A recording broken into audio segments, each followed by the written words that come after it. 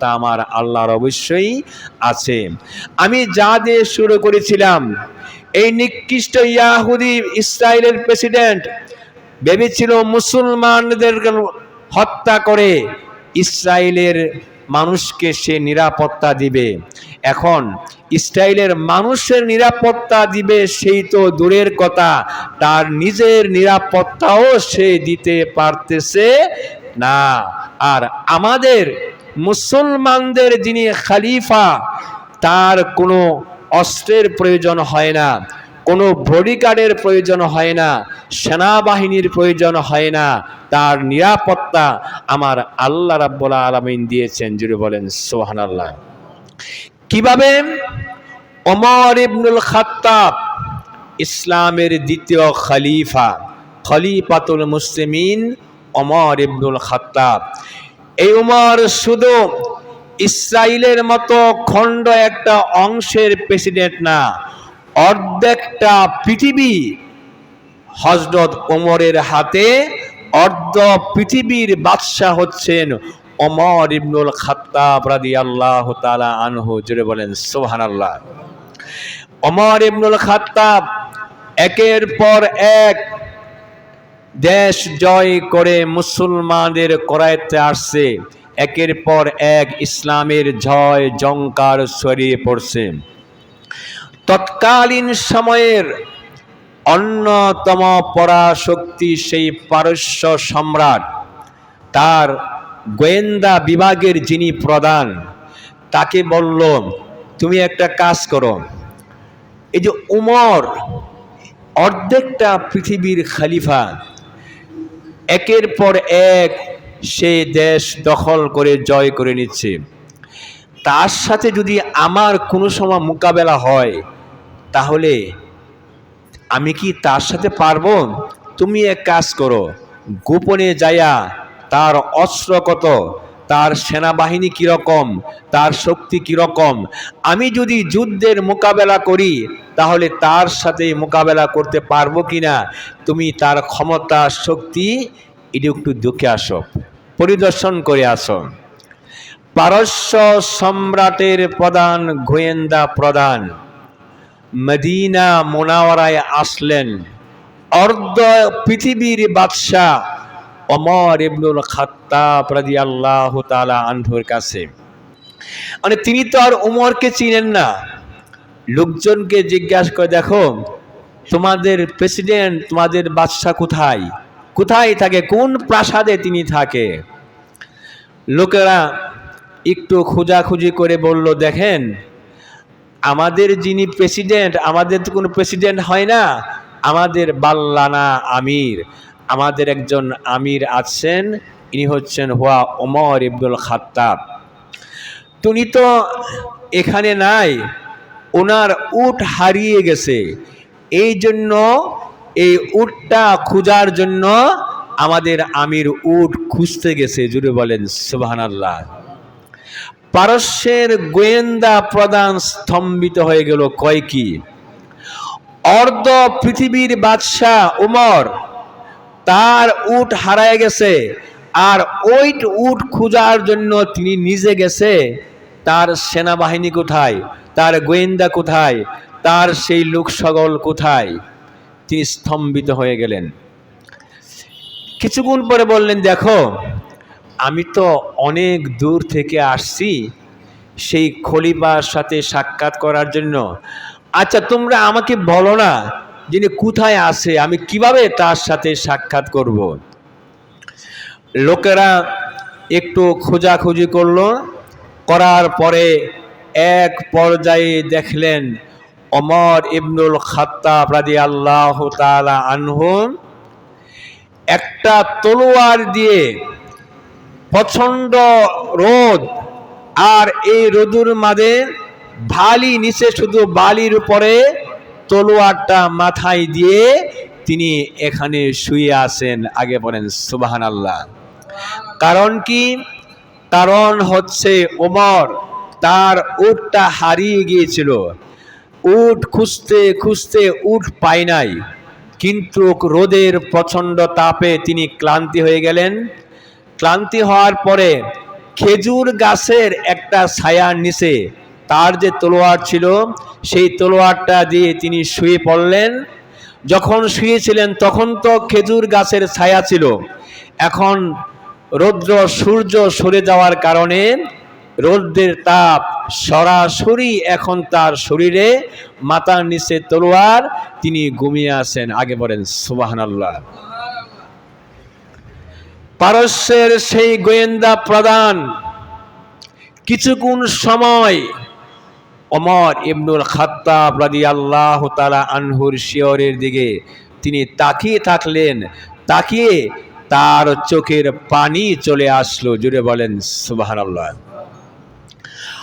ওই গোয়েন্দা প্রধান ওমর ইবনুল খাত্তাব রাদিয়াল্লাহু তাআলা আনহুর দিকে একদিকে তাকিয়ে আছেন, তার চোখের পলক পড়ে না, তার চোখের পানি চলে আসলো।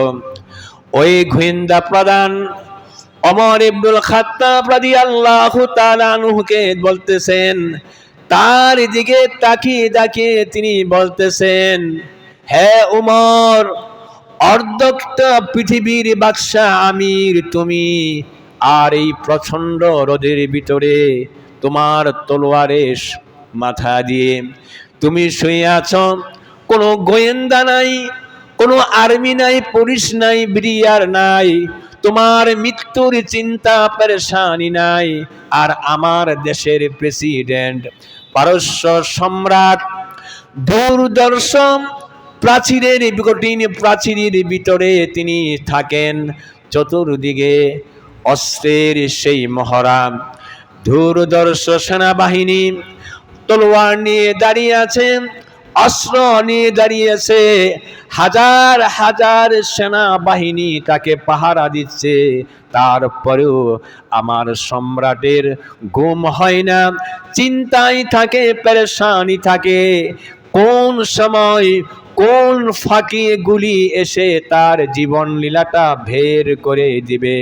আমার সম্রাট ঘুমাতে পারে না ওই চিন্তা, ওই পেরেশানিতে। হ্যাঁ ওমর, অর্ধ পৃথিবীর বাদশা তুমি, তোমার কোনো দেহরক্ষী নাই, কোনো গোয়েন্দা বিভাগ নাই, কোনো পাহারাদার নাই।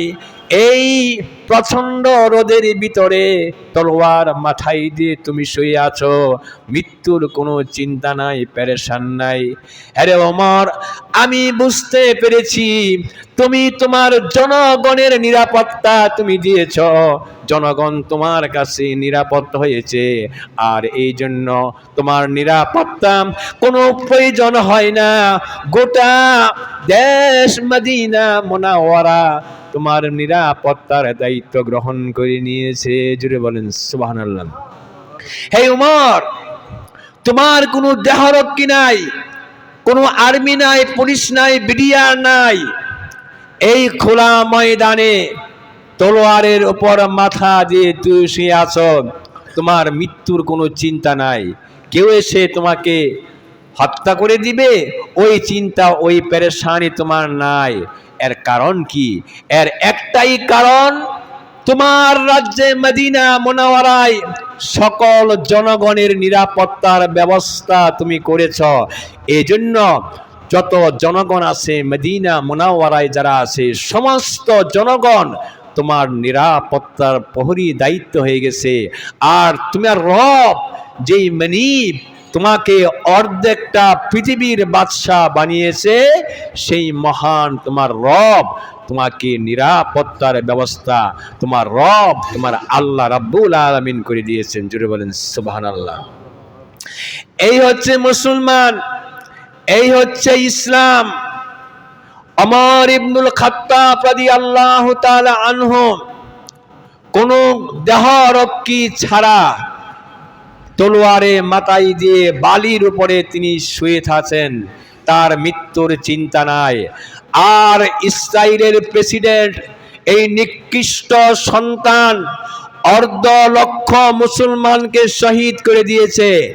এখন সেই ভাবছে যে আমি এই কুকামটা যেন করছি, যে কোনো সময় বুলেট এসে আমার জীবনটা বের হয়ে যেতে পারে। আর এই জন্য তার বাড়িতে, বিলাসবহুল বাড়িতে সে থাকতে পারতেছে না। মুস্তার অন্তরের ভিতরে আমার আল্লাহ মৃত্যুর ভয় ঢুকিয়ে দিয়েছেন। আর এই জন্য এই সুন্দর বিলাসিতাতে মাটির গর্তের ভিতরে, ভ্যাঙ্কারের ভিতরে ওইখানে বসেও তার নিজের জীবনকে নিরাপদ বোধ করতে পারতেছেন না। কারণ কোনো মানুষ মানুষকে নিরাপত্তা দিতে পারে না। নিরাপত্তা দেওয়ার একমাত্র ওয়ারেন্টি দিতে পারে একজন, তিনি হচ্ছে আমার রব, তিনি হচ্ছে আমার মনিব, তিনি হচ্ছে আমার আল্লাহ রাব্বুল আলামিন। জুড়ে বলেন সুবহানাল্লাহ। এই জন্য আল্লাহ রাব্বুল আলামিন বলেছেন, হে মুসলমানেরা, তোমরা যদি রিজিক চাও, তোমরা যদি জীবনের নিরাপত্তা চাও, তাহলে একটা কাজ তোমাদেরকে শুধুই করতে হবে, ফালইয়াবুদু রাব্বা হাযাল বাইত الذي أطعمهم من جوع وآمنهم من خوف। আল্লাহ রাব্বুল আলামিন বলেন, তোমরা যদি এই ঘরের মালিক কাবার ইবাদত করো, আমি আল্লাহ রাব্বুল আলামিন তোমাদেরকে খিদার সময় রিজিকের ব্যবস্থা আমি আল্লাহ করে দিব। আর যত ভয় ভীতি যা আসুক না কেন, সকল ভয় ভীতি থেকে আমি আল্লাহ রাব্বুল আলামিন তোমাদেরকে নিরাপত্তা দিয়ে দিব। জুড়ে বলেন সুবহানাল্লাহ। তার আজকে ইসরায়েল পৃথিবীর অন্যতম পরাশক্তি, আমেরিকার অস্ত্র তার হাতে, অস্ত্র আছে তার হাতে, টাকাও আছে, স্বর্ণ আছে, এত কিছু থাকার পরেও তার অন্তরে মৃত্যুর ভয়, তার নিরাপত্তা নাই। কারণ একটাই, আমার আল্লাহ রাব্বুল আলামিন তার অন্তরে মৃত্যুর ভয় ঢুকিয়ে দিয়েছে। আর প্যালেস্টাইনের মুসলমানদের দেখুন, চোখের সামনে শহীদ হচ্ছে, মরতেছে, তারপরেও তাদের ভয় নাই, চিন্তা নাই যে আমরা শহীদ হই, এতে আমাদের ভয় নাই, চিন্তা নাই।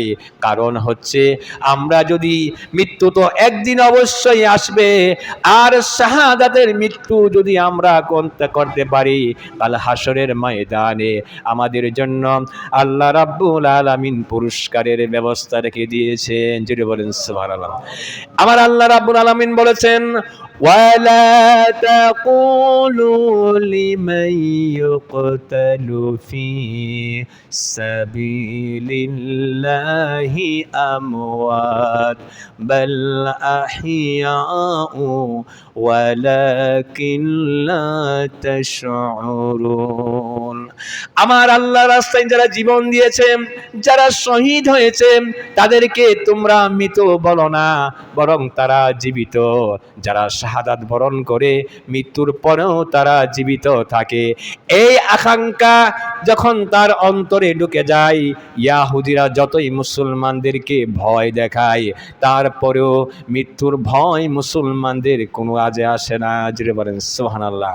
তোমরা শহীদ করতে থাকো, আমরা দুনিয়া চাই না, আমরা নাজাত চাই। শাহাদাতের তামান্না দিয়ে এই প্যালেস্টাইনের মুসলমানদের রক্তের বিনিময় আজ হোক কাল হোক, অবশ্যই একদিন গোটা পৃথিবীতে কালেমার পতাকা উড্ডয়ন হবে। আল্লাহ রাব্বুল আলামিন আমাদেরকে যেন সে তৌফিক দান করেন। সকলে পড়ছি আমিন। ওয়া আখির দাওয়ানা ওয়া মা আলাইনা ইল্লাল বালাগ।